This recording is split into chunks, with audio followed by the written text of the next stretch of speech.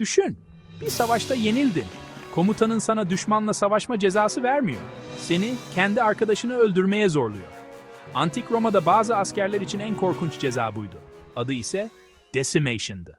Bugün seni Antik Roma'nın en karanlık askeri cezalarından birine götürüyorum. Bu ceza yalnızca bedeni değil, insan zihnini de parçalamak için tasarlanmıştı. Roma ordusu dünyayı disiplinle fethetti. Ama bu disiplin bazen öyle acımasız hale geliyordu ki düşman bile ikinci planda kalıyordu. Çünkü asıl korku bazen ordunun içinden geliyordu. Decimation kelimesi Latince'deki decimus yani onda bir kelimesinden gelir. Bu sistemde suçlu görülen bir askeri birlik onarlı gruplara ayrılırdı. Sonra kura çekilirdi. Her 10 askerden biri seçilirdi. Ama asıl dehşet burada başlıyordu.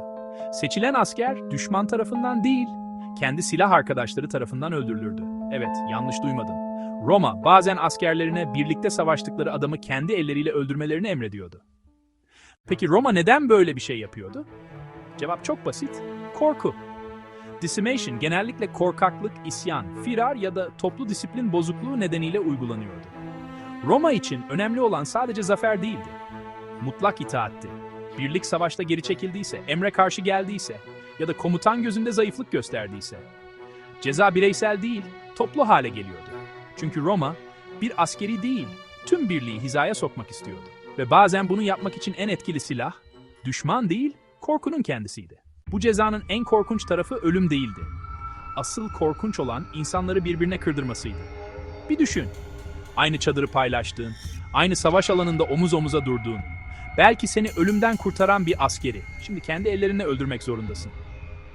Bu yalnızca fiziksel bir ceza değildi. Bu zihinsel bir yıkımdı. Suçlu tek kişi olsa bile travmayı herkes yaşıyordu. Seçilen ölüyordu. Geri kalanlar ise yaşamaya devam ediyordu. Ama o anın ağırlığını ömür boyu taşıyarak. Decimation her zaman uygulanmıyordu. Çünkü o kadar ağır ve sarsıcıydı ki sıradan bir ceza değildi. Bu ceza bir mesajdı. Roma diyordu ki, düşmandan önce bizden kork.